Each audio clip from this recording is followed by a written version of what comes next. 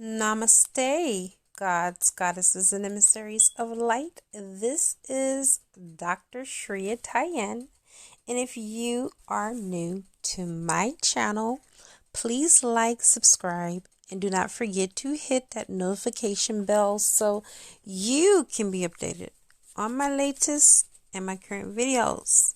Welcome, welcome, welcome, everyone. I am about to give you a discourse on the difference between a divine counterpart and a twin flame. Are they the same? Well, you are about to find out. First of all, let me share my experience of a divine counterpart and how I was even introduced to the twin flame journey in the first place. I remember one night, me and my ex-husband, we were quarreling. We were separated. He moved himself down to the basement and I was upstairs. And the only time that he actually came upstairs is when he wanted to be intimate. So I remember one night he came and I pretended to be asleep. I ignored him. I didn't pay him any mind because I felt used. I felt empty. I felt incomplete. And I didn't even know how I even got myself into an emotionally, what it felt like at the time, detached relationship with someone that I thought loved me and I thought I loved so much. But at the same time, we couldn't stand each other. So I finally prayed to God. I'm like, who in the hell is the man downstairs? Because we're not getting along. And I've never had a relationship like that, to where I'm married to someone, and instead of it being a marriage, it was like an imprisonment, okay? Like a life sentence. So there was a guy right before him that I was in love with and I thought was my twin flame. And I couldn't let go. It was so hard for me to let that guy go. And I just knew we were destined to be together, whatever the case may be. But God never ever told me that he was a divine counterpart, but told me that my ex was. So we ended up separating months, like 6 months after that. And I started seeing things about twin flames. So I knew instantaneously that he was my twin flame because God had already told me he was my divine counterpart. And to answer your question, your twin flame can be both your twin and your divine counterpart. However, that is not always the case with everybody. And I will get deeper into that for you so you can understand. The term twin flame has been so glamorized and so misunderstood, and it practically is just a label, okay? Basically, let me break it down for you so you can understand a lot clearer. That is basically used as a term for a spiritual catalyst or a twin soul or mirror soul. This person mirrors your soul. And that's usually used to imply an unfathomable, indefinable, unconditional love and a deep surrender to the divine that is within you. Okay? There's no such thing as a happily ever after with this person. People who use the term divine counterpart and twin flame interchangeably, but there is some crucial differences between the two, okay? When a twin flame is primarily in a relationship with you, and it's a relationship-based dynamic, and you guys have soul growth, is definitely not a fairy tale. The divine counterpart is, in some senses, the forever love we're looking for. It's kind of like that fairy tale romance, in a way.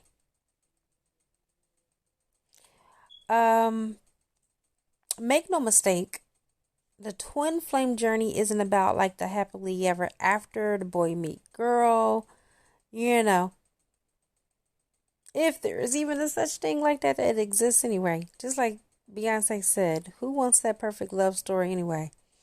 All right. So meeting your twin flame is entirely destructive, devastating, tumultuous, invigorating, and very stressful.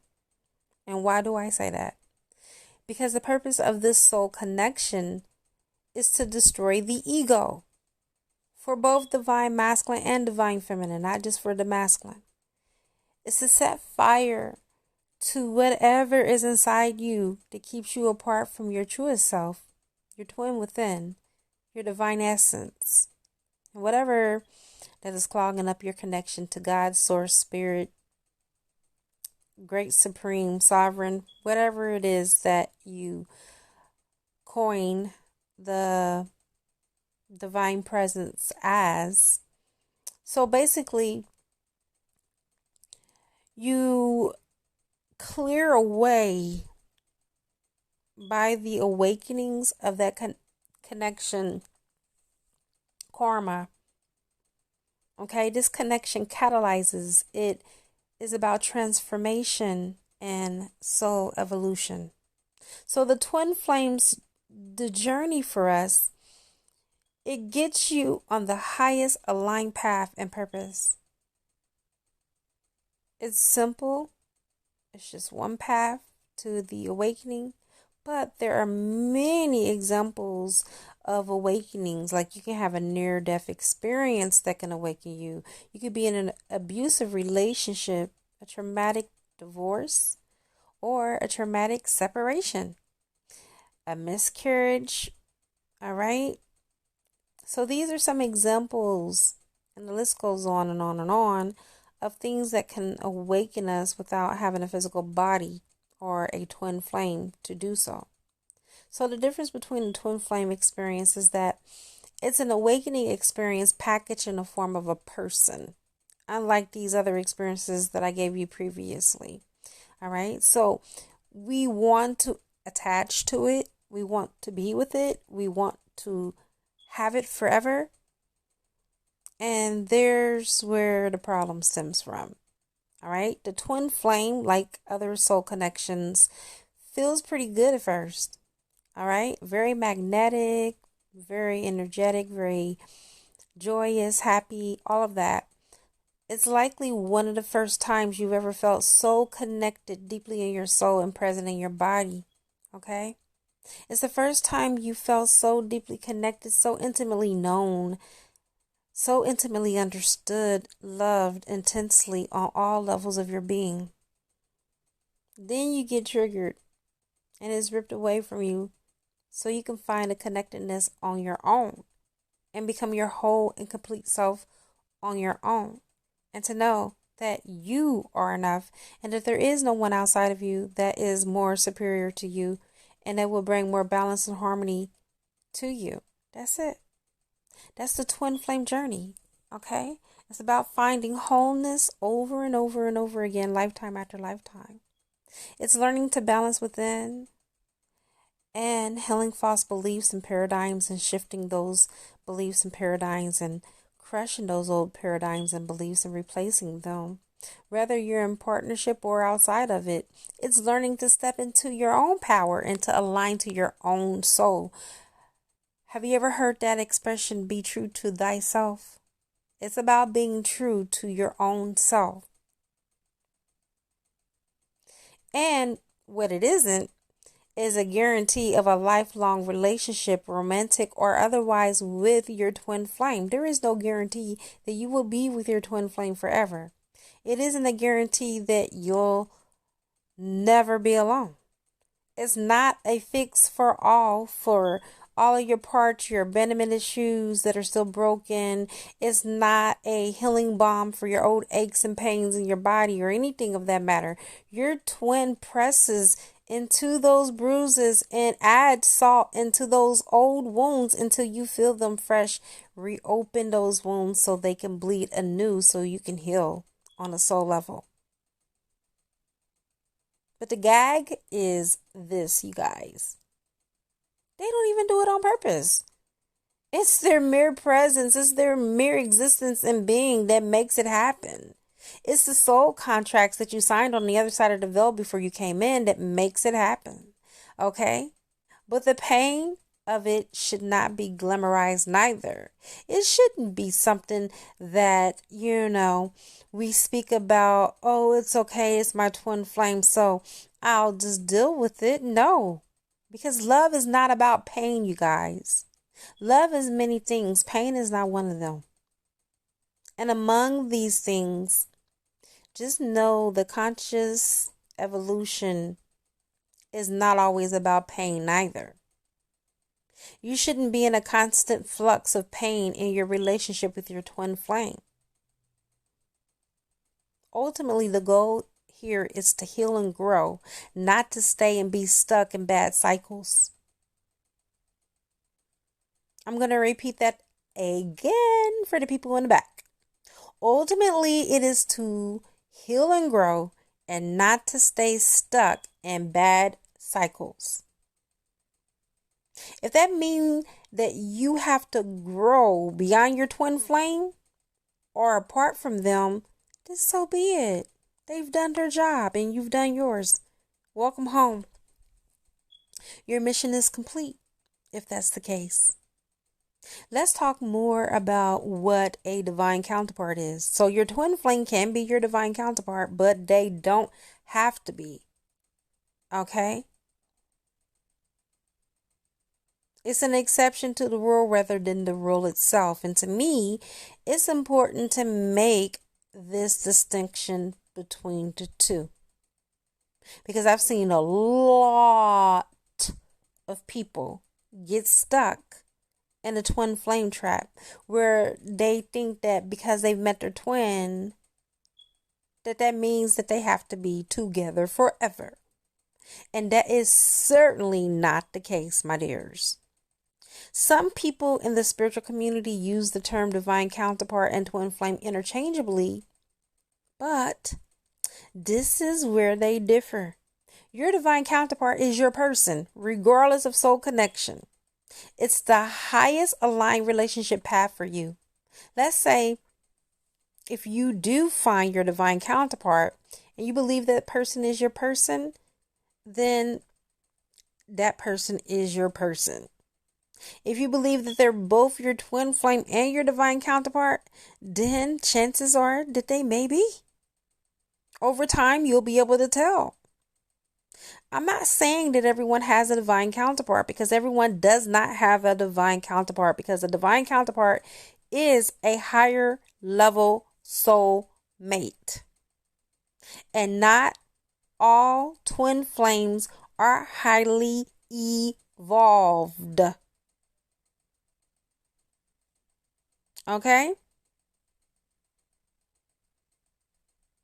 I'm just saying. And this means soul connections are important to your evolution.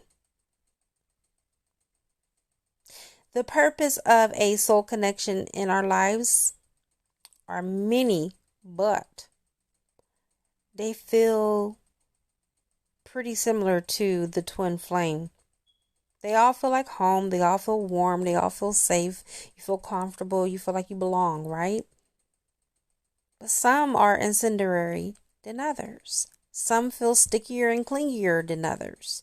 And ultimately, if we open up ourselves, we'll be willing to listen to our own intuition to find out the purpose of that person in our life. And it will be revealed to us over time. Just be patient. soulmate or twin flame connection, it does not matter. The divine counterpart is going to be the person with whom you share a soul contract to be together in this lifetime in partnership. It is no ifs, ands, buts, maybe, I think. It's a divine connection, meaning you share a soul-based connection and they are your counterpart, meaning they exist in a constant relationship to you and with you. They correspond to you, they mirror you. And many people meet a number of other soul connections, like karmic contracts to, be resolved or dissolved. Their twin who catalyzes them, other soulmates that teach them things before meeting their divine counterpart. Okay? Divine counterparts that aren't twins are definitely high level soulmates, meaning your energetic signatures are very similar, more similar than anyone else you'd ever meet other than your twin, and they could also potentially be your twin. But they're not exactly the same, but they are extremely close without contradicting myself. So let me make sure that I emphasize your twin flame could very well be your divine counterpart, but your divine counterpart might not necessarily be your twin flame.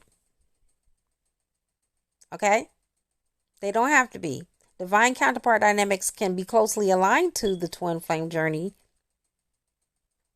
Okay? But, of course, they could be one and the same. But there are differences for some of you. Some of you haven't evolved enough to have a divine counterpart or to have your twin flame to be a divine counterpart.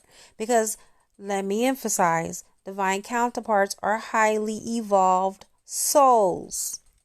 You're not going to be having a divine counterpart that's going to be with a karmic. It just does not exist because that's not part of the soul contract. Because if your divine counterpart is contracted to be with you in this lifetime, they have done the work. They are evolving just like you are, and usually you guys ascend together. So therefore, if you are with a twin flame and they ascend while you're ascending, chances are they are your divine counterpart, because 9 times out of 10, normally that is not the case. Twin flames normally do not ascend at the same time, but on different timelines. That's the reason why you're in separation. I'm just saying, let's make it make sense. I'm giving you the breakdown. I'm channeling directly from source. The only way that your twin will ascend with you is if that is also your divine counterpart too, because you will ascend together.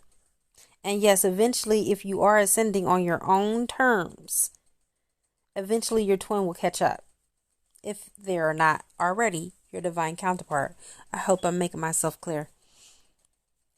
Okay? You'll know they're not your twin because you've already met your twin, or because you feel less likely to be magnetically forced to merge with this being and to be with them. Okay? Your divine counterpart, soulmate, excuse me, you guys. I got something stuck in my throat. I was eating some pumpkin seeds.